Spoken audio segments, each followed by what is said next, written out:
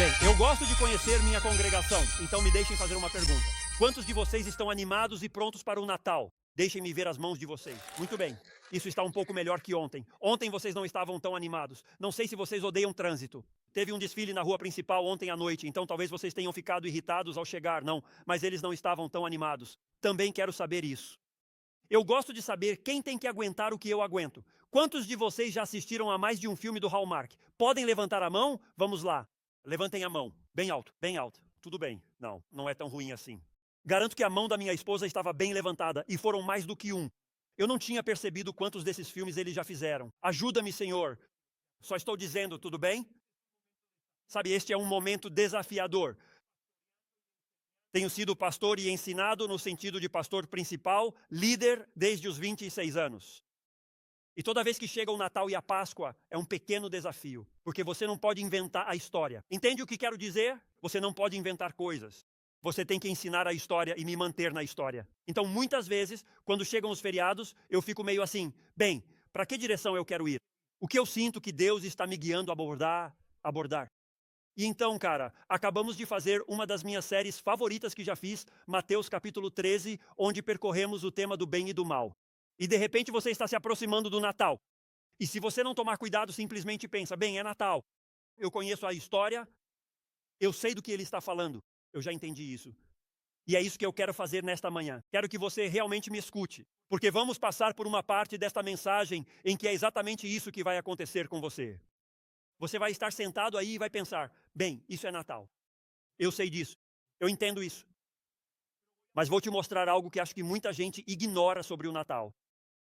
E se você não tomar cuidado, o que vai acontecer é que enquanto eu preparo para onde estamos indo e te mostro do que realmente se trata o Natal, porque é isso que fazemos. Dizemos, eu sei do que se trata o Natal, é sobre Jesus. Mas o que é sobre Jesus? Você realmente sabe o que tem a ver com Jesus? É disso que se trata o Natal. Então vamos embarcar nessa jornada e você precisa ficar comigo, porque vamos construir até chegar ao momento em que você diga, isso é o Natal. E quando você pensar no Natal, é nisso que deveria pensar. Vamos te levar até lá esta manhã, mas você vai ter que ficar comigo. Então vamos falar sobre o Natal. E eu quero falar sobre quando o céu interveio. Filipenses capítulo 2. Filipenses capítulo 2 está no Novo Testamento. Se você não sabe onde está, consulte o índice e procure o número da página. E enquanto você está a caminho disso, a maioria de nós conhece a música Santa La Notte. E no ano passado eu estava assistindo, normalmente não faço isso, mas no ano passado eu estava assistindo a cerimônia de acendimento da árvore de Natal lá em Washington, D.C. E enquanto eu assistia aquilo, quero dizer, estavam todos aqueles líderes, todas aquelas pessoas, você sabe, pessoas importantes dos Estados Unidos, tudo isso, e colocaram alguém para cantar Santa La Noche. E cara, enquanto eu estava sentado ali e via aquilo acontecendo diante de todas aquelas pessoas e ouvia aquelas palavras, eu pensava tipo, é isso. É como se tudo o que esta nação, que o mundo precisa saber, estivesse bem ali nessa música. O autor literalmente descreveu o nosso mundo dessa maneira. Ouça o que diz a música Santa La Notte. Deus descreve o nosso mundo como gemendo em pecado e erro. É um mundo que é estranho. É um mundo que está quebrado. É um mundo que está sem esperança. Isso está nessa música. Ela será cantada em todo o mundo, nas próximas semanas, nos próximos dias. E nos diz tipo, olha, vivemos neste mundo que está em pecado, está em erro. É um mundo cansado, um mundo quebrado, um mundo sem esperança. E então, na música, tudo isso muda com 4 pequenas palavras. Diz, até que ele apareceu. E então, de repente, diz, até que ele apareceu na alma. Pense nisso.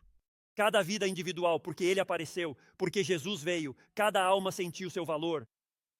E então diz isto, um mundo em pecado, um mundo em erro, mas volta e diz, um estremecer de esperança. O mundo cansado se alegra. Cara, eu te digo, a Bíblia literalmente ensina que Jesus lhes ensinou sobre si mesmo, que quando Jesus apareceu, uma luz irrompeu na escuridão. É exatamente assim que a Bíblia descreve a vinda de Jesus a este mundo. A esperança entrou no desespero. O céu desceu à terra. E essa é realmente a história de Natal de Deus. Esta é a história de Natal de Deus na qual o céu interveio. O que está acontecendo neste mundo. E então a Bíblia nos ensina que nada foi igual desde então. Então deixem-me mostrar como é realmente a história de Natal de Deus. Filipenses capítulo 2, começando no versículo 5, e este é Paulo nos contando sobre o Natal e o que isso realmente significou, começando no versículo 5. Filipenses capítulo 2, repare no que diz porque é pessoal. Diz, tenham esta atitude. Isso está falando com você. O que está dizendo é, olha, por causa do Natal, por causa da história de Natal de Deus, diz, tenham esta atitude em vocês mesmos que também houve em Cristo Jesus. Veja, embora existisse na forma de Deus, não considerou o ser igual a Deus algo ao qual devesse se apegar, algo que devesse reter. É isso que está dizendo, que ele tomaria para si e manteria, e não faria mais nada. Diz, mas esvaziou-se a si mesmo, tomando a forma de servo e tornando-se semelhante aos homens. E sendo encontrado em forma humana, ele, falando de Jesus, humilhou-se a si mesmo, tornando-se obediente até a morte. Inclusive, e eu adoro o que Paulo faz aqui, ele diz que morreu, mas quer que você entenda a importância do que ele passou. A Bíblia literalmente volta e diz, até mesmo morte de cruz. E então diz, por esta razão, devido à história do Natal de Deus, Deus o exaltou sobremaneira e lhe deu o nome que está acima de todo nome. Quero destacar 3 partes principais do Natal, que nos são contadas por esses simples versículos, do versículo 5 ao versículo 11. É como se a Bíblia estivesse gritando para nós, é disso que o Natal realmente se trata. Em uma época em que há luzes, espetáculos e apresentações. Em uma época, até mesmo na igreja, em que falamos sobre os pastores, os reis magos, os anjos e tudo o que vem com o Natal. Na verdade, o que Paulo faz é dizer, espere um momento, deixe-me enquadrar o que é o Natal, a vinda de Jesus, porque é disso que o Natal realmente se trata. Então, primeiro, olhem, estou dizendo para vocês, anotem isso, vocês vão querer lembrar desta mensagem. Em primeiro lugar, este Natal nos mostra quem Deus realmente é. Quero ter certeza de que vocês vejam isso, que o que o Natal faz, obrigado, e é uma declaração importante neste mundo. O Natal nos revela quem Deus realmente é. Vejam, Deus não enviou apenas uma mensagem. Acabamos de terminar, vocês sabem, Mateus 13. E uma das coisas sobre as quais falamos muito foi sobre a mensagem. Se você já ouviu o termo, o Evangelho de Jesus Cristo. O que realmente significa são as boas novas de Jesus Cristo. Então, muitas vezes falamos sobre essa mensagem de Deus, mas ouçam com muita atenção. Porque Deus não enviou apenas uma mensagem. Agora, de fato, há uma mensagem, mas o que precisamos entender é que Deus veio Ele mesmo entregar essa mensagem e entregar o que precisávamos. Paulo não fala sobre isso, eu adoro. Estamos falando sobre o Natal. Paulo não falou sobre pastores. Jesus veio a este mundo e Paulo não fala sobre pastores, manjedouras ou magos. Jesus veio e mesmo assim ele não menciona anjos. Em vez disso, ele diz, quero te mostrar o que estava acontecendo por trás das cenas, desde a eternidade. E eu quero mostrar a vocês quem esse bebê realmente era, no versículo 6. Veja o que está escrito. Ele diz isso embora ele tenha existido. Não perca esta oportunidade que vem de Deus. Na verdade, sim. O que ele está tentando dizer aqui é o seguinte, não perca. Ele está dizendo, ele não é algo como Deus. Ele não é semelhante a Deus. O que ele está realmente dizendo é que ele era Deus. Veja, aqui está esse bebê. Aqui está essa criança. Aqui está essa vida. Aqui está Jesus. E ele era Deus. Ele é a imagem exata. Ele é a imagem perfeita, Deus em carne humana. Agora, para que possamos entender o que Deus estava fazendo, quero usar uma ilustração bem rápida. Quantos de vocês são fãs de carros e são muito bons em consertar carros e tudo mais? Vamos lá, sintam orgulho, certo? Sério? Estamos com problemas se nosso carro quebrar nesta igreja. Apenas 3 pessoas sabem do que estão falando quando se trata de carros. Não sei quantos de vocês já tiveram problemas com o motor alguma vez, mas pensem no mundo em que vivemos hoje. Este mundo realmente é um mundo incrível. Porque quando você tem uma dificuldade ou um problema, como quando tenta fazer qualquer coisa em casa, agora temos vídeos no YouTube, você pode pesquisar no Google, há todo tipo de pessoas te dizendo como fazer. E não sei se vocês já fizeram isso, mas alguns dizem exatamente o contrário do que outros dizem. Alguém me entende, não é? Mas vivemos em um mundo onde parece que todos estão ajudando e todos te mostram todas essas coisas. Então imagine por um momento, temos todos esses manuais, todos esses vídeos, todos esses especialistas. Mas tenho que dizer a vocês, às vezes quando há algo errado com o seu motor, você não consegue descobrir o que é. Quero dizer, não importa o que esteja acontecendo, você tenta consertar, tenta entender, mas não consegue. Mas imagine que você está trabalhando em algo e tentando resolver, e não consegue, e de repente alguém bate à sua porta. E quando você abre essa porta, lá está a pessoa que projetou aquele motor, que criou aquele motor, que sabia tudo sobre como aquele motor passou a funcionar com um propósito. E cara, isso é exatamente o que é o Natal. Quero dizer, pense nisso. Se essa pessoa vem e diz, olha, vou dar uma olhada debaixo do capô, vou ver o que está acontecendo e vou começar a trabalhar nisso. Cara, isso daria uma confiança enorme. E cara, isso é o Natal. O Natal nos confronta com esta verdade, que Deus não gritou uma mensagem do céu. Acho interessante que as religiões do mundo, ouçam-me bem, as religiões do mundo estão gritando para você, dizendo coisas e falando com você. O cristianismo diz que Deus se fez homem e habitou entre nós. Ele veio até nós e se envolveu conosco. Eu adoro isso. Vocês deveriam ter se animado com isso porque é algo enorme. Deus não gritou uma mensagem do céu. Ele entrou no mundo e falou. Então pensem sobre isso. Por exemplo, se pensarem, há muitas pessoas, e sou grato pelo pessoal da nossa igreja, e cara, você ainda não tomou uma decisão por Cristo, mas você está disposto a sentar aqui e ouvir. Toda semana temos pessoas que vêm assim, sabemos que ainda não tomaram uma decisão por Cristo, mas estão interessadas. E algo foi despertado nelas e elas querem aprender, e sou grato por vocês. E se você já esteve nesse lugar onde pensa, há muitas pessoas hoje chamadas agnósticas, e elas sempre existiram. Mas tem essa atitude de, tudo bem, existe um Deus, mas não sei quem Ele é. E não sei como você poderia conhecê-lo ou entendê-lo. Como eu poderia realmente conhecer a Deus? E há muitas pessoas que se sentem assim. Mas se você quer conhecer a Deus, a Bíblia fala sobre isso. Ela diz, olhe para Jesus. Se você se sente distante, como se sentisse que Deus parece tão longe e tão distante, você deve lembrar que a Bíblia diz que Jesus se aproximou, que assumiu a humanidade, que enfrentou o que você enfrenta e o que eu enfrento.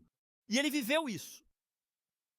Se você se sente um pouco confuso sobre, não sei o que pensar sobre, sabe, a Bíblia, a igreja, a salvação e todas essas coisas, você deve lembrar que Jesus é Deus tornado visível, compreensível, acessível.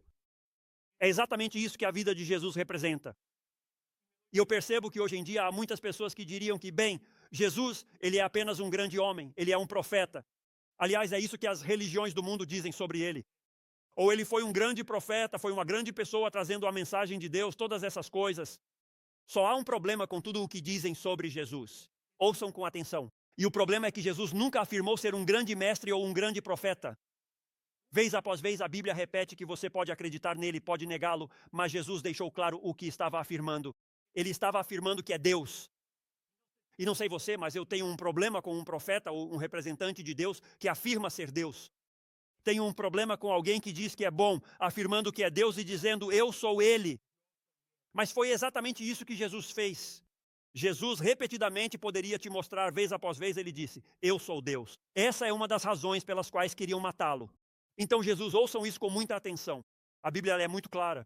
Ele não começou em um estábulo, ele existia antes da criação. É isso que a Bíblia diz a respeito. E eu lhes digo, isso é fundamental para a sua fé nesta manhã. Uma das preocupações que tenho no noroeste do Arkansas é que vejo tantas pessoas por aí carregando o título de cristão. E todos ficam dizendo, nós acreditamos nisso, acreditamos naquilo, acreditamos igual a você e todo esse tipo de coisa. E então começam a dizer, mas você precisa disso e precisa daquilo. Muita gente não entende o que se conhece como a preeminência de Jesus Cristo. Essa é uma afirmação teológica na qual acreditamos. A preeminência, a suficiência de Jesus Cristo. E só quero dizer a vocês, quero que escutem. Este livro ensina, e tudo o que ensina sobre Jesus é que Jesus é suficiente. Tudo o que este livro diz, eu lhes digo, desde o Antigo Testamento, uma das coisas que acontece na sua Bíblia, não se esqueçam, vocês têm o que se conhece como Antigo Testamento e Novo Testamento. O que isso realmente é uma antiga aliança. E uma nova aliança, mas não é que a aliança tenha mudado alguma vez. Agora sabemos, com base no livro de Hebreus, que vocês têm um grande livro no Novo Testamento chamado Livro de Hebreus. E é difícil para nós entendermos isso, porque Hebreus foi realmente escrito para pessoas que cresceram no Antigo Testamento. Eles conheciam as antigas religiões, os sacrifícios e tudo o que acontecia. E eles estavam lutando para entender que Jesus é tudo o que você precisa, porque eles vinham fazendo todas essas coisas religiosas. Então Hebreus está nos ensinando, espere um momento, está nos ensinando sobre a preeminência de Jesus Cristo. Que todas aquelas coisas do Antigo Testamento eram apenas uma imagem. Era apenas uma maneira de ilustrar e mostrar o que ele iria fazer. Mas quando Jesus veio, isso é o que a Bíblia ensina. Ele é maior do que Moisés, ele é maior do que os anjos, ele é maior do que todos os sacrifícios. Ele é o único, ele é o único, ele é o preeminente, o suficiente. Jesus é tudo o que você precisa. É isso que Hebreus nos ensina sobre Jesus Cristo. Permita-me mostrar isso para você em Colossenses 1, versículos 15 e 16. Veja o que diz. Ele é a imagem. Quem? Jesus é a imagem do Deus invisível. Ele é o primogênito de toda a criação. Foi ele quem criou. É isso que a Bíblia nos ensina repetidas vezes. Pois por meio dele foram criadas todas as coisas, tanto nos céus como na terra, visíveis e invisíveis, sejam tronos, domínios, principados ou autoridades. Aqui está. Quando alguém bate à sua porta e diz, Jesus, e vejamos o que diz a Bíblia, todas as coisas foram criadas por meio dele e para ele. Para ele. Ele é a imagem exata do Deus invisível. E me escute, Jesus é Deus. E me escutem, Jesus é o plano de Deus. Sempre foi sobre Jesus. Tudo sobre a fé cristã. Por que a chamam de fé cristã? Porque se trata de Cristo, a preeminência de Jesus Cristo. Que tudo o que precisamos na vida, tudo o que precisamos na eternidade, tudo o que precisamos para o perdão, tudo está ligado a uma só coisa. E é o sacrifício de Jesus Cristo e o que ele fez por nós. Não sei se vocês se dão conta disso ou não, e muitos de vocês se dão, mas existem centenas de profecias no Antigo Testamento sobre Jesus Cristo. Na verdade, foi realizado um estudo gerado por computador. Agora diga amém, para que eu saiba que você está me ouvindo. Eu disse que houve uma geração de computadores. Sei que muitos de vocês acham que sou inteligente, mas não sou tão inteligente quanto um computador, ok? Quero enfatizar isso porque, pessoalmente, nunca fiz isso. E quando você vê pessoas que tentaram, elas falharam. Alguns deles só variam um pouco nos números, mas foi feita uma geração por computador. Isso mostrou que havia 333 profecias do Antigo Testamento sobre Jesus Cristo. O computador determinou que 224 dessas profecias eram sobre a primeira vinda de Jesus Cristo. O restante era sobre a segunda vinda de Jesus Cristo. No Novo Testamento você encontra várias promessas sobre a segunda vinda de Jesus Cristo. Permitam-me dar a vocês algumas das mais importantes porque quero que vejam isso. Mesmo no Antigo Testamento, tudo se trata de Jesus. Olhem isso. O nascimento de Jesus está lá em Isaías capítulo 7, versículo 14. Portanto, o próprio Senhor lhes dará um sinal. Olha só isso. A Virgem. Alguém já ouviu falar de nascimento virginal? Maria, Jesus. A Virgem conceberá e dará à luz um filho, a quem chamará Emanuel. Isso foi escrito mais de 700 anos antes de Jesus Cristo. Escreva Isaías, capítulo 9, versículo 6. Em Isaías 9, 6, a Bíblia diz isso. Porque para nós nasceu uma criança. Agora, espere um momento. Mais de 700 anos antes de Jesus vir. Porque para nós nasceu uma criança. Um filho nos foi dado. E o governo estará sobre os seus ombros. E o seu nome será chamado Maravilhoso Conselheiro. Alguém precisa de um conselheiro. Deus poderoso, Pai eterno, Príncipe da paz. 700 anos antes de termos Jesus. Miqueias, capítulo 5, versículo 2. Pensem nisso por um momento. Olhem o que diz. Mas tu, Belém Efratá,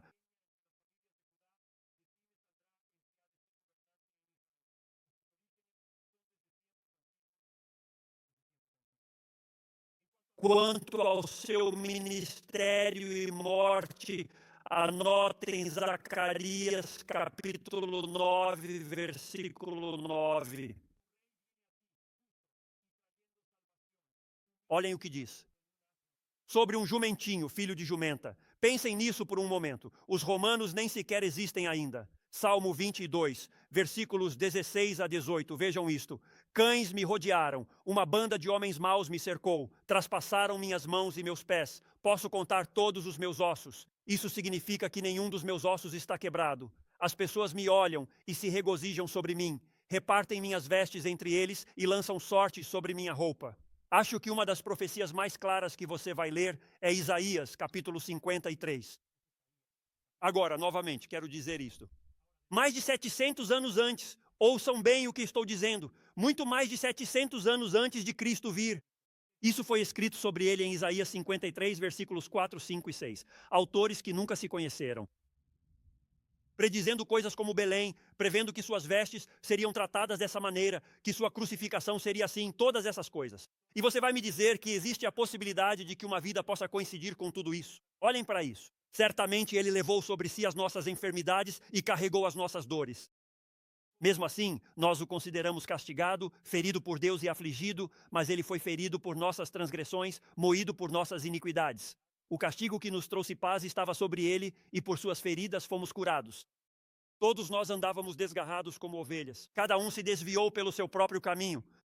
Mas o Senhor fez cair sobre ele a iniquidade de todos nós. Igreja, isso poderia estar no Novo Testamento. Você poderia escrever isso lá. Você diria, esse é Jesus. Estamos falando de Jesus. Literalmente, você poderia pegar esses versículos, colocá-los no Novo Testamento e dizer que é exatamente disso que estamos falando. Vejam, Jesus sempre foi o plano de Deus. Jesus sempre foi o plano de Deus, não outra coisa. Eu lhes digo, ouçam-me, vocês têm o Antigo Testamento, o Novo Testamento. Tem este livro escrito por mais de 40 autores, ao longo de alguns milhares de anos, cerca de 2.500 anos. E apesar de muitos deles nunca terem se conhecido ou cruzado, tudo isso se uniu. E nenhum deles jamais disse que haveria outra mensagem, outro caminho, outra oportunidade, outro lugar. Nenhum deles disse isso. Do Antigo ao Novo Testamento, tudo o que dizem é Jesus, Jesus, Jesus. Ele sempre fez parte do plano de Deus, carregar nossos pecados, pagar por eles e nos reconciliar com Deus, para que possamos ter tudo aquilo para o qual o Criador nos criou. Sempre foi Jesus. Só quero deixar isso bem claro.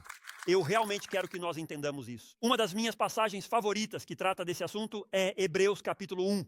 Hebreus capítulo 1. Lembre-se do que trata o livro de Hebreus. É uma explicação. Ele diz, tudo o que vocês viram até agora são sacrifícios, rituais. Queremos que você entenda que tudo isso apontava para Jesus. Veja o que diz. Deus, depois de ter falado há muito tempo aos pais por meio dos profetas, em muitas ocasiões e de muitas maneiras, nestes últimos dias falou a nós. Últimos dias. Agora, o que acontece nos últimos dias? Nos últimos dias não virá outra mensagem.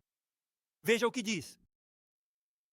Ele nos falou por meio de seu Filho, a quem constituiu herdeiro de todas as coisas, por quem também fez o universo, e ele é o resplendor da sua glória, a imagem exata da sua natureza, e sustenta todas as coisas com a palavra do seu poder.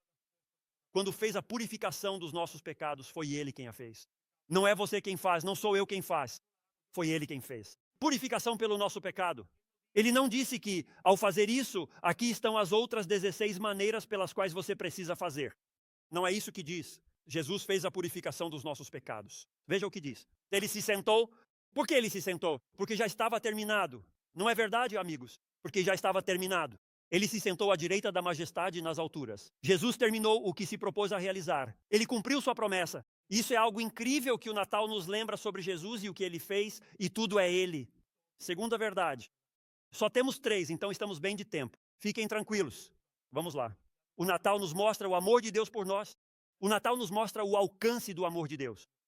Ele nos revela quem Deus realmente é. Ele nos revela o plano de Deus. Mas também mostra como ele se reflete em nós. Vejam o que a Bíblia diz no versículo 8. Diz, ao ser encontrado em condição de homem, vejam isso. Ele se humilhou, tornando-se obediente até a morte, e morte de cruz. E sabemos disso. Jesus não ficou naquela manjedoura. Ele foi para a cruz. Voluntariamente, Jesus disse, ninguém tira a minha vida.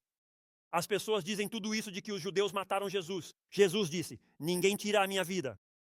Eu dou a minha vida como sacrifício. E então, ouçam-me, ele não veio apenas visitar a terra.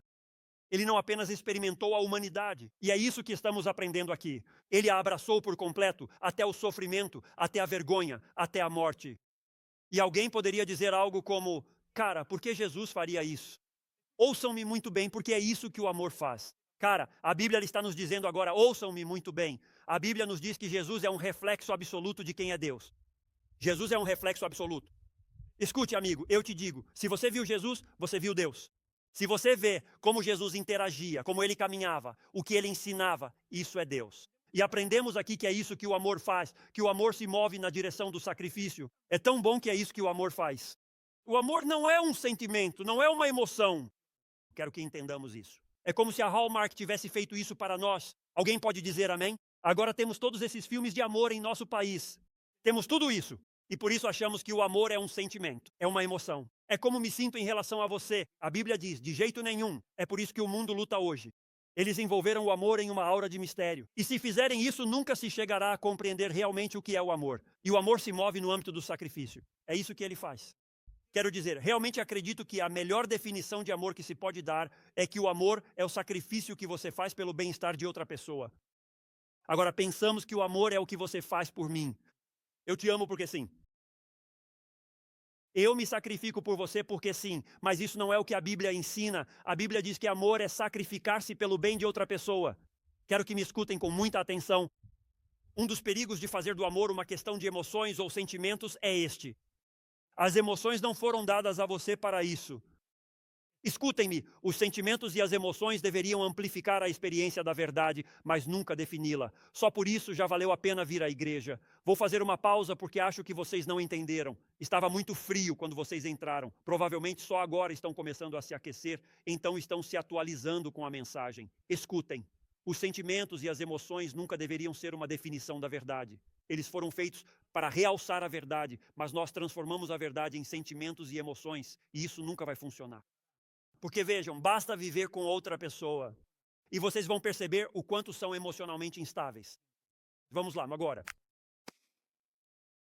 Vocês sabem o que isso significa, certo? Alterado, inseguro, neurótico, todos são assim, então não pode viver sua vida baseado nisso. O amor é um sacrifício que você faz pelo bem-estar de outra pessoa. E é isso que a Bíblia nos mostra. Então é isso que acontece. Você quer um casamento melhor? Você quer uma vida familiar melhor? Você quer melhores relacionamentos? O que aconteceria em um casamento se o objetivo fosse servir um ao outro com dedicação? E se eu vivesse assim? Quero viver para fazer sacrifícios, ajustes para o bem-estar da Amy, e se a Amy dissesse, não, meu propósito é fazer sacrifícios e adaptações para o bem-estar do Chris, garanto que isso resolveria muitos dos nossos problemas de casal.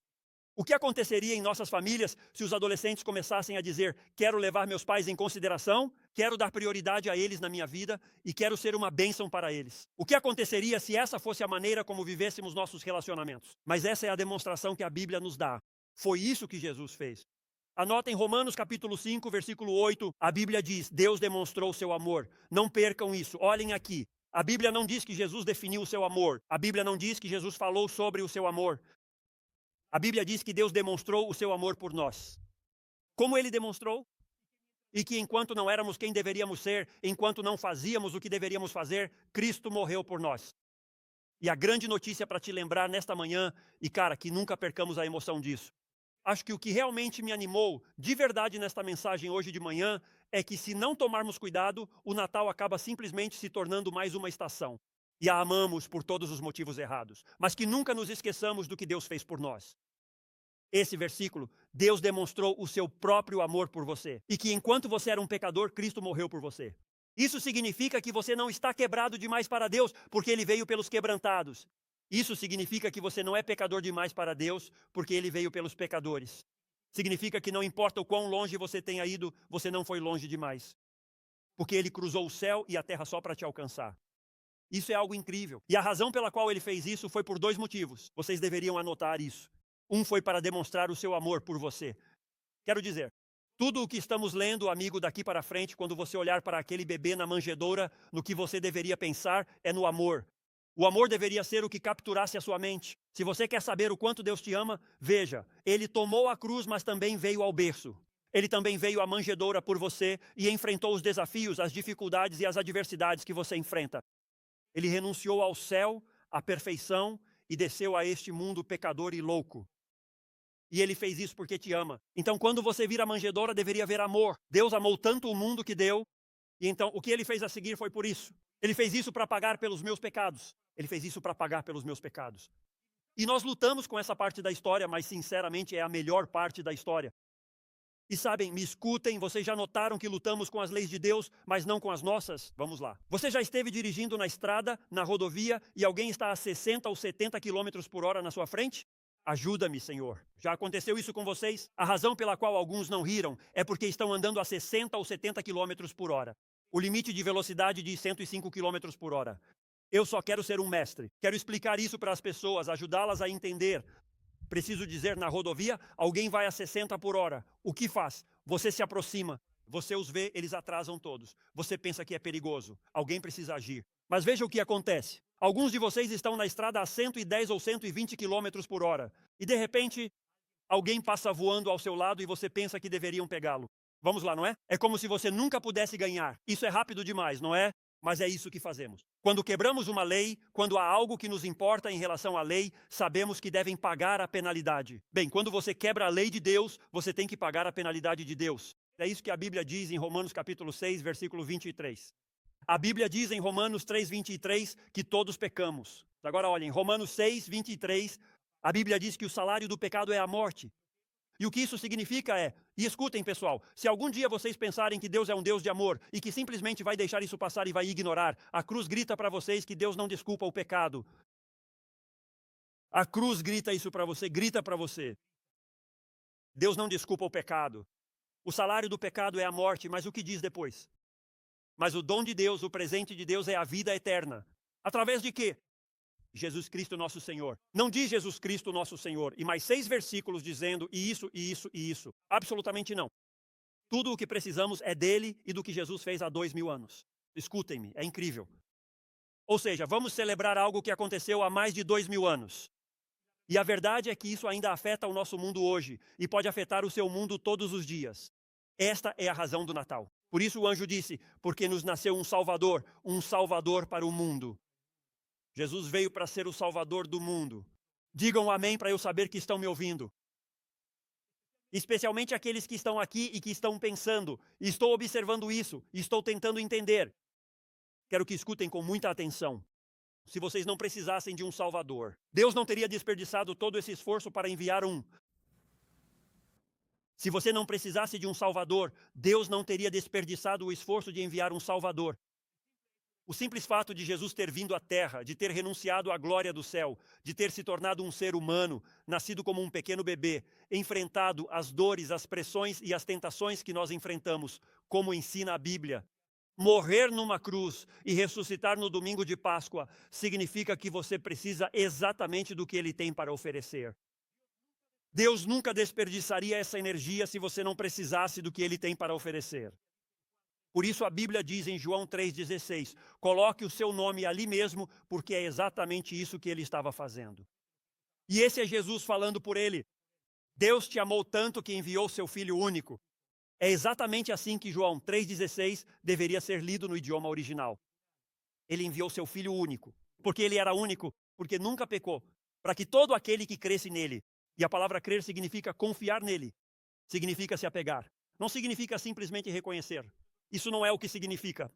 Significa que estou apostando tudo da minha vida, tudo sobre o meu pecado, tudo sobre a eternidade em Jesus Cristo. Não se perca mais, tenha vida eterna. E como costumo dizer, uma pessoa me lembrou esta manhã que o melhor versículo é o versículo 17. Porque o versículo 17 diz, Deus não enviou o seu Filho ao mundo para te condenar, mas para que por meio dele você pudesse ser salvo. Foi por isso que Jesus veio. Isso é o que ele fez. Então o Natal nos diz, ouça-me muito bem, se você perder todo o resto, e não deveria porque agora estamos chegando à melhor parte, mas preste bastante atenção. Se você perder todo o resto, isto é o que o Natal deveria te dizer. Acima de tudo o que você vê no contexto desta mensagem para você. Você é amado mais do que pode imaginar. Não importa o que seus pais tenham feito, nem o seu passado, nem o quão indigno ou não amado você tenha se sentido. O Natal deveria te mostrar o que Jesus Cristo fez por você, conforme Filipenses capítulo 2, versículos 5 a 11. E você vê isso em toda a Bíblia, que você é amado mais do que pode medir. Depois quero te levar à terceira verdade. E aqui é onde eu queria chegar. Fico feliz por ter tido o tempo que tive. Aqui vamos nós. O Natal mostra quem terá a última palavra. Isso é o que o Natal faz. Pense por um momento. Por exemplo, voltando à canção Noite Feliz, ela diz que este mundo estava mergulhado no pecado e no erro. E a gente pensa, tudo bem. Então diz, até que ele apareceu. Eu lhes digo, o que o Natal deveria nos lembrar é que o Natal é, de certo modo, Deus levando o mundo ao ponto de dizer, eu vou colocar um fim nisso. É literalmente o Natal. Vemos o Natal como o começo de Jesus. Na verdade, é a declaração de que entramos nos últimos dias. Que agora eu vim, agora estou fazendo esta obra, e agora vou trazer este mundo de volta para mim mesmo. É exatamente disso que se trata o Natal. E a verdade é que eu adoro essa imagem porque a manjedoura não é o fim da história. E eu sei o que alguns de vocês estão pensando. Agora escutem, porque alguns de vocês cheguem mais perto. Vamos, igreja, vocês precisam acordar. Aqui está quentinho, não está frio. Vocês deveriam estar agradecendo a Deus agora mesmo por estarem aqui dentro. Porque aposto que a temperatura lá fora não subiu nem 3 graus. Vamos lá. Sei que quando digo que a manjedoura não é o fim da história, vocês respondem, pastor, é a cruz. Não, não é. E vocês dizem, não, pastor, eu sabia disso. Não é a cruz, é a ressurreição. Esse é o final dessa história. Não, não é. Esse não é o final da história. Agora, ouça-me com muita atenção. A história do Natal, a história de Jesus, a história de Deus, não é o nascimento de Jesus. não é a cruz de Jesus, não é a ressurreição de Jesus. Sabe o que é? É o trono de Jesus. Esse é o final da história. É isso que a Bíblia ensina, que há um trono. Nós o vemos naquela humilde manjedoura, mas depois a Bíblia nos leva a um trono. E Paulo foca nossos olhos no final da história. É como se ele estivesse nos direcionando para esta passagem. Veja o que diz no versículo 9. Diz, por essa razão também, pelo que ele fez, por essa razão também, Deus o exaltou sobremaneira. A quem ele exaltou? A Jesus. E lhe deu o nome que está acima de todo nome. Qual é esse nome? É Jesus. Para que ao nome de Jesus todo joelho se dobre. Daqueles que, prestem bem atenção, daqueles que estão no céu, daqueles que estão na terra, ou seja, todos nós, e vejam o que diz, e daqueles que estão debaixo da terra. A Bíblia ensina que toda pessoa que já viveu alguma vez continua viva em um desses lugares. A Bíblia ensina que toda pessoa que já viveu alguma vez continua viva em um desses lugares. No céu, ou longe de Deus, em um lugar chamado inferno, ou literalmente nesta terra, com a oportunidade de aceitar a Jesus Cristo. Diz, obrigado. Para que, ao nome de Jesus, todo joelho se dobre, dos que estão no céu, na terra e debaixo da terra. E toda língua confesse que Jesus Cristo é o Senhor para a glória de Deus Pai. Em outras palavras, é isso que a Bíblia diz. Porque Jesus se humilhou a si mesmo, Deus fez duas coisas com ele, deu a ele o lugar de maior honra no universo. Igreja, preciso que me escutem porque vou lhes dizer algo. Esta mensagem vai te ajudar a nunca cair em uma religião falsa. Vocês estão me ouvindo? Como aprendemos na última série, elas estão por toda parte, até mesmo no noroeste do Arkansas, e podem até aparecer na porta da sua casa. Ensinamentos falsos, religiões falsas. Deixem-me dizer o que Deus fez. Escutem-me com muita atenção. Jesus é honrado acima de tudo. Ele ocupa o lugar mais alto. Então, quando alguém disser Jesus, Jesus, Jesus, mas Jesus, Jesus, Jesus, e você precisa disso e precisa daquilo, eu te digo, de acordo com as Escrituras, você pode dizer de jeito nenhum. De jeito nenhum. Jesus é o lugar mais alto, ele é honrado acima de tudo. E então a Bíblia diz que a segunda coisa que ele fez por ele foi dar-lhe um novo nome. Agora, o nome Jesus na época do Novo Testamento era um nome comum. Não era nada incomum. Seria como um monte de Josés. Temos muitos Josés e está tudo bem. Nós gostamos do nome José, mas temos um monte de Josés. Temos um monte de Jorges, todo esse tipo de coisa. O nome de Jesus. Escutem, estou dizendo assim a vocês. Estou ajudando vocês nesta manhã. Vocês sabem o que significa o nome de Jesus. Quando alguém fala sobre Jesus, ou molda sua fé diferente de Jesus, você sabe o que significa? Significa que a salvação vem do Senhor. Agora, por que o nome dele seria Jesus? A salvação vem do Senhor. Se a salvação fosse algo que você fizesse, ou algo que pudesse conquistar, ou algo que pudesse alcançar, o simples fato de que o nome dele é Jesus, a salvação vem do Senhor. Isso te mostra que não é o que você vai fazer, é o que ele já fez. Isso fez toda a diferença neste mundo. Eu amo isso. E a palavra grega é Josué. Por isso eles tinham que buscar. Porque o chamam Jesus de Nazaré, para distingui-lo de Jesus de Belém, Jerusalém ou outro lugar. Me escutem aqui e agora, lembrem-se, quando ele nasceu, muitos nomes lhe foram dados. A Bíblia, o livro de Isaías, diz que ele é um conselheiro maravilhoso. Alguém precisa de aconselhamento? Esta manhã ele é o conselheiro maravilhoso. Ele é o Deus poderoso. Alguém precisa do poder de Deus em sua vida? Ou em suas circunstâncias? Ele é Deus poderoso, Pai eterno. Alguém está preocupado com a eternidade, com este mundo, e para onde ele está indo? Ele é o Pai eterno. Ele é o príncipe da paz. Então, o que é isso? Ele está dizendo, sabemos que o nome dele é Jesus. E agora diz, dele, este nome que está acima de todo nome. Então, qual é o nome que foi dado a Jesus como resultado de ir para a cruz? Por você e por mim. Isso é enorme. Isso é enorme. Escutem-me. Não foi Jesus. Ele já tinha o nome de Jesus. Esse nome já havia sido dado a ele. Eles fizeram isso. Os anjos fizeram isso. Foi no seu nascimento. Eles conseguiram. Então, o que é isto? Qual é o nome que está acima de todos os nomes? É isso aí. Ele é o Senhor. Jesus é. Aqui está o nome. Ele é o Senhor. Jesus não permaneceu naquela manjedoura. Ele não permaneceu naquela cruz. Ele não permaneceu naquele túmulo. O que a Bíblia diz para todos que me ouvem é que ele ressuscitou, reina, governa, é o Senhor. A palavra grega para Senhor é literalmente Kyrios. E literalmente significa isso. Ouçam isso com atenção. Literalmente significa uma autoridade suprema. Significa o governante legítimo. E significa o dono da vida. Em outras palavras, amigo, é o mais alto. É o mais importante de tudo na vida. E Paulo diz que todo joelho se dobrará. Toda língua confessará que Jesus Cristo é o Senhor. Isso é literalmente o que a Bíblia nos ensina. Agora, amigo, só te digo, não sei vocês, mas minha família ama o Natal e minha esposa especialmente adora. Então somos daqueles, você sabe, que tem esses filmes de Natal, como aqueles tipo Duro de Matar, né? Duro de Matar, grande filme de Natal, mas estou brincando. Minha esposa vai ficar brava comigo por dizer isso hoje, né? Não, estou brincando, mas temos esses filmes que adoramos assistir. Tem algum amante de cinema aqui? Alguém ama filmes de Natal, todas essas coisas? Vocês, os fãs de Hallmark, deveriam levantar a mão mais alto, não é?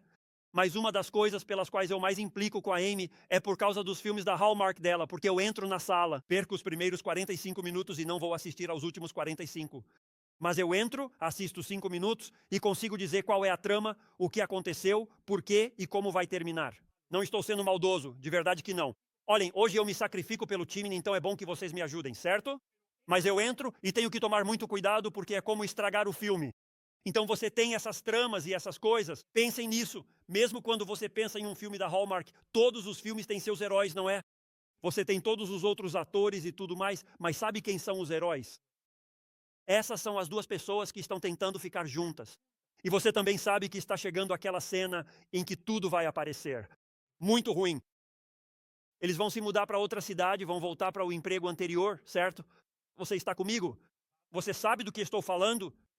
Eles vão desistir e se mudar e não podem ficar juntos para sempre. Vamos lá, certo? Você sempre tem esses momentos em que tentam derrubar o herói e tentam te levar para aquele lugar de questionamento. Será que eles vão vencer?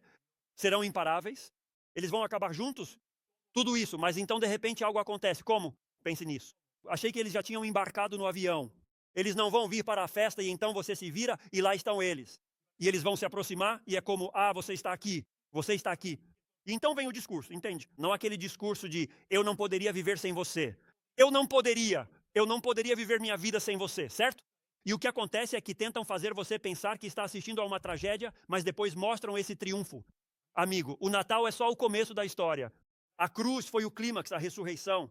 Escutem bem, é a vitória, mas o retorno de Jesus é o final. E o que isso nos ensina quando a Bíblia nos leva e diz: olha, esse pequeno bebê que você vê deitado numa manjedoura, amigo, ele tem um nome que está acima de tudo, ele é o Senhor, não há outro Deus. Você não vai se tornar um Deus, você vai adorar esse Deus, o único e verdadeiro Deus, porque o nome dele está acima de tudo e ele é o Senhor. Isso significa que você pode confiar nele, que ele reina, ele está no controle. Obrigado.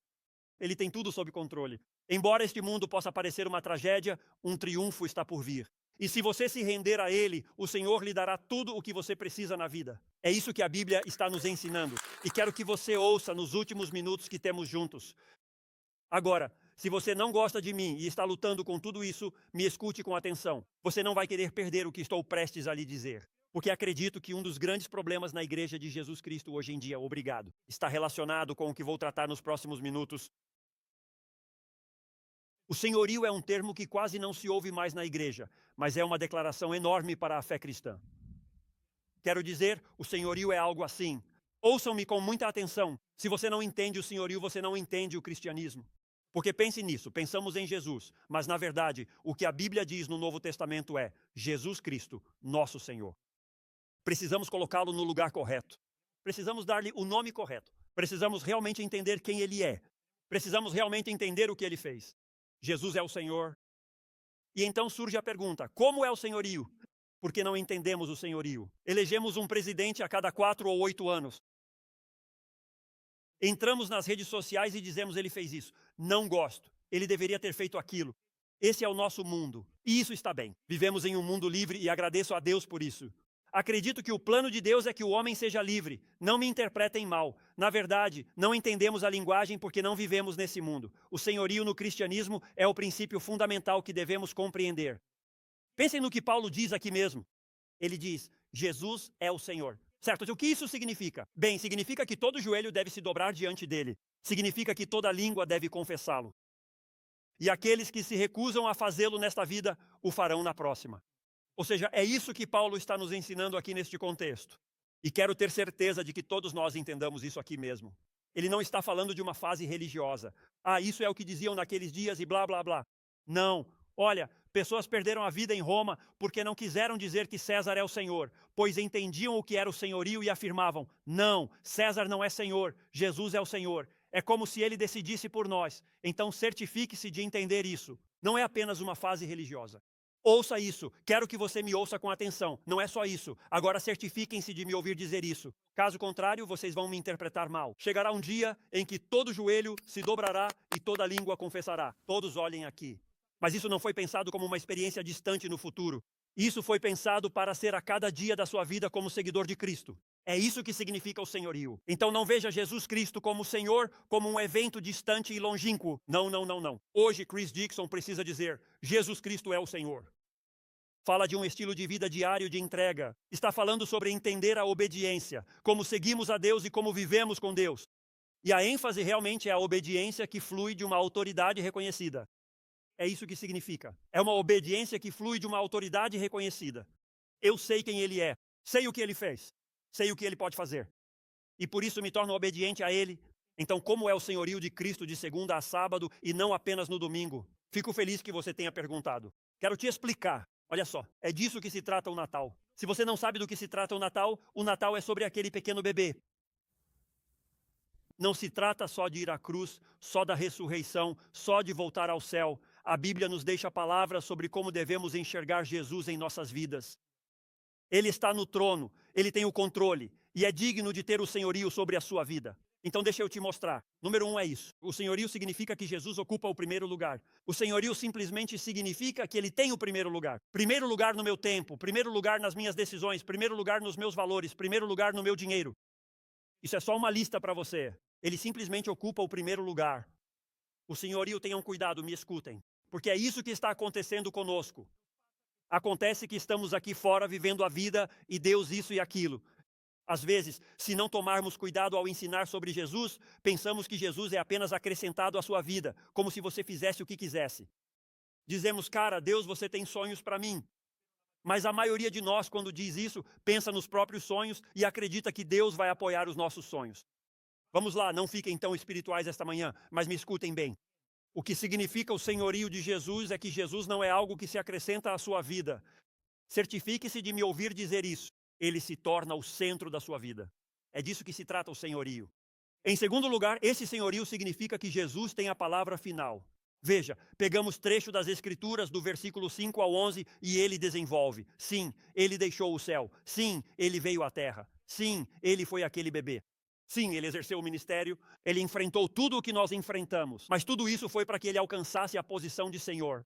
E isso significa que ele tem a última palavra. Nem meus sentimentos, nem minhas preferências, nem minhas opiniões, nem a cultura.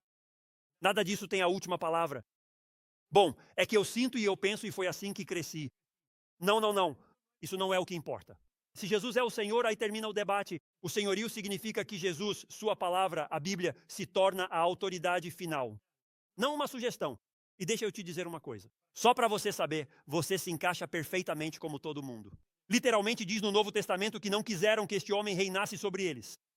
Isso está no Novo Testamento. Era assim que se sentiam sobre Jesus. Não queriam que ele decidisse por suas vidas, nem que falasse quem eram ou no que seriam. Mas o senhorio implica que ele tem autoridade. E eu só quero te encorajar sobre por que isso é importante. Um dos meus trechos favoritos para ensinar é 1 Pedro 1. Eu ensino muito mais. Eu ensino do versículo 2 até mais ou menos o versículo 7 ou 8. Mas 1 Pedro capítulo 1, versículos 2 e 3 diz o seguinte: graça e paz vos sejam multiplicadas. Ei, você já lutou com o estresse? Alguém aqui tem problemas de ansiedade? Alguém precisa de um pouco de graça e paz na sua vida? A Bíblia diz o seguinte, diz, graça e paz vos sejam multiplicadas. Bem, como você consegue paz na sua vida quando tudo ao seu redor está ficando louco? Veja o que diz. No conhecimento de Deus e de Jesus, veja o que diz o nosso Senhor, que na verdade a paz não vem apenas por reconhecer que sim, Jesus pode me levar para o céu. Não é reconhecer que Jesus é o Senhor. É daí que vem a graça, é daí que vem a paz. Olhem isso, visto que o seu poder divino nos concedeu, ele mesmo agiu, interveio na vida de Chris Dixon hoje, nos concedeu tudo o que diz respeito à vida e à piedade. Em outras palavras, a Bíblia me diz que tudo o que eu preciso saber, Deus já me deu, Ele me deu. Ele colocou isso à minha disposição e enquanto eu o busco e o sigo, Ele dá direção, Ele dá sabedoria, Ele dá bênçãos, Ele dá ajuda hoje, aqui e agora. A terceira coisa que isso significa é, o senhorio é seguir Jesus quando é difícil, não só quando é conveniente. Posso dizer uma coisa? Sabem por que muitas igrejas não querem ensinar isso hoje? Lembram o que diziam sobre Jesus quando ele fazia isso? Ele atraía uma multidão, mas depois a multidão começava a se dispersar e as pessoas têm medo disso. Mas o problema é, ouçam-me. Sabem qual é o problema? Todos, ouçam-me. Especialmente vocês que têm mais dificuldade de ir à igreja, porque eu era assim. Prestem todos atenção. Aqueles de vocês que têm mais dificuldade de ir à igreja, quero que me escutem. O problema de não entregar tudo é que vocês têm uma experiência cristã, mas não é a verdadeira. E assim você vai se afastar. Você ficará com uma sensação de vazio e de incerteza. E então pensará, bem, o cristianismo não funcionou para mim. Mas a realidade é que você não tentou viver o cristianismo. Porque o cristianismo implica se submeter à autoridade de Cristo. E o senhorio significa segui-lo mesmo quando é difícil, não apenas quando é conveniente. Veja, o senhorio, a obediência e a fé são testados ao máximo nesses momentos. Estão ouvindo? É posto à prova principalmente quando você está desconfortável. É verdade mesmo. Pensem nisso. Amar pessoas difíceis. Consigo ouvir um amém. Alguns de vocês agem como se não tivessem pessoas difíceis. Posso emprestar algumas. Se ninguém tiver, certo? Alguém já se deparou com pessoas difíceis, pessoas problemáticas. E a Bíblia diz que devemos amar essas pessoas e amar as pessoas afastadas de Deus. Todo esse tipo de coisa. Pensem nisso. Falar a verdade em amor, mesmo quando não for popular. Quero dizer que isso é algo para o qual Deus nos chama. Escolher a pureza quando todos os outros zombam dela. Ser generoso quando isso me custa algo. O senhorio diz que mesmo que seja difícil, devo obedecer de qualquer forma. Charles Stanley disse isso bem. Obedeça a Deus e deixe as consequências com Ele. É isso que Deus nos diz, é o que a Bíblia ensina. A razão pela qual temos dificuldade em entender isso é que estou indo para o mais básico. Por isso eu disse que isso é o Natal. Como aquele pequeno bebê, sempre dizemos, e eu também digo, que ele está a caminho da cruz. Ele está a caminho da ressurreição. Ele vai voltar de novo e nós pulamos alguma coisa? Não, não, aquele pequeno bebê que se humilhou diante de todos e deste mundo que finalmente entregou sua vida por você e por mim. Escutem, ele estava ascendendo muito acima do céu. Ele estava ascendendo ao lugar mais alto, ao trono. Ele é o Senhor. Ele é o soberano. Ele é o dono da vida. Esse é Jesus. E é por isso que nos rendemos e o seguimos. Mas olhem o que está acontecendo no mundo. E alguns de vocês estão lidando com isso nesta manhã. Vejam, o mundo diz a vocês, sejam quem quiserem ser. É isso que o mundo diz a vocês. Essa é a verdadeira guerra cultural que estamos vivendo neste momento. Seja quem você quiser ser. Seja quem você sente que deve ser. E simplesmente não entendo isso. Eu só quero ser quem eu quero ser. Sabe por que isso é um problema para a Bíblia? Porque isso é como levantar o punho na cara de um Deus santo que se entregou por você e dizer, eu sei mais do que você, eu sei melhor do que você, e eu vou fazer direito porque você fez errado. Isso é o que significa ser quem você quer ser. Foi isso que eu fiz. Por isso, quando orei para entregar minha vida a Cristo, eu disse, Deus, eu destruí e arruinei minha vida levantando meu punho na tua cara a vida toda, dizendo que eu sabia mais e que podia fazer melhor. E eu não quero mais fazer isso.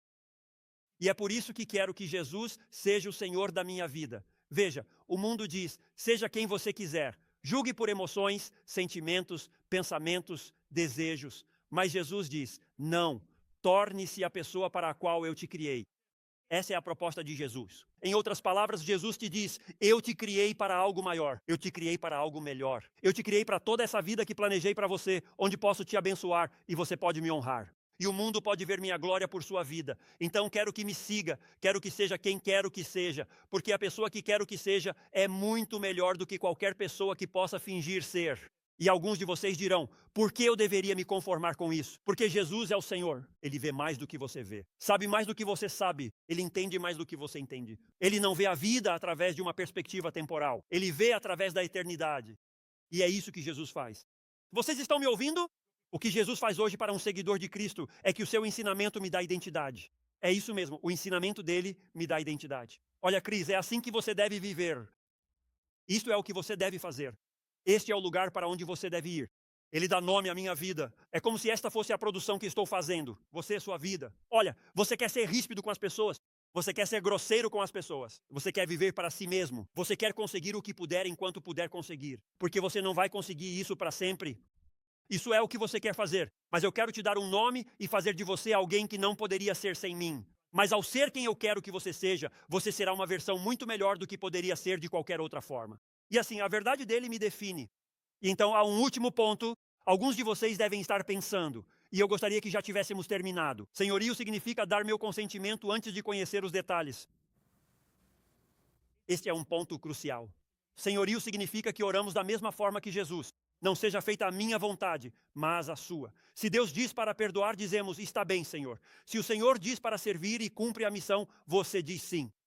Aliás, cara, o nosso ministério infantil cresceu exponencialmente. Se você tem o coração para servir e fazer a diferença na vida da próxima geração, pegue esse cartão de serviço agora mesmo. Esta manhã, preencha esse formulário e nos avise. Ei, precisamos de muito mais banda, pessoas que saibam tocar instrumentos. Já estamos fazendo 3 cultos. Estamos pensando nos próximos passos, então há muitas áreas em que precisamos de ajuda. E quando Deus te chama para servir, você diz sim. Deus te chama para doar, você diz sim. Se Deus te chama para mudar, você diz sim. Se Deus te chama para dar um passo de fé, você diz sim. O senhorio não é negociar com Deus. É confiar o suficiente em Deus para obedecê-lo imediatamente. Na verdade, acredito que a melhor ilustração que posso dar do que realmente é o senhorio é como pegar uma folha de papel em branco, assinar no final e depois dizer, tudo bem, Deus, você preencha. Isso é o senhorio. Isso é o cristianismo. O cristianismo não é negociar com Deus sobre quem você pode ser. Ou quem você não pode ser. É interessante. O cristianismo, hoje em dia, todos estamos lutando pelos nossos direitos. Mas quando a Bíblia diz que Jesus renunciou aos seus, sabem o que eu fiz na minha Bíblia? Enfrento dias difíceis como vocês, às vezes não quero fazer isso, às vezes preferia entregar vocês ao Cris, não a Jesus. Alguém pode confirmar? Mas sabem, eu marquei isso na minha Bíblia. Vocês podem ver bem aqui, eu destaquei isso. Deixem-me mostrar o que eu destaquei. Tive que ler isso esta semana. É isso que está destacado na minha Bíblia. A partir do versículo 5.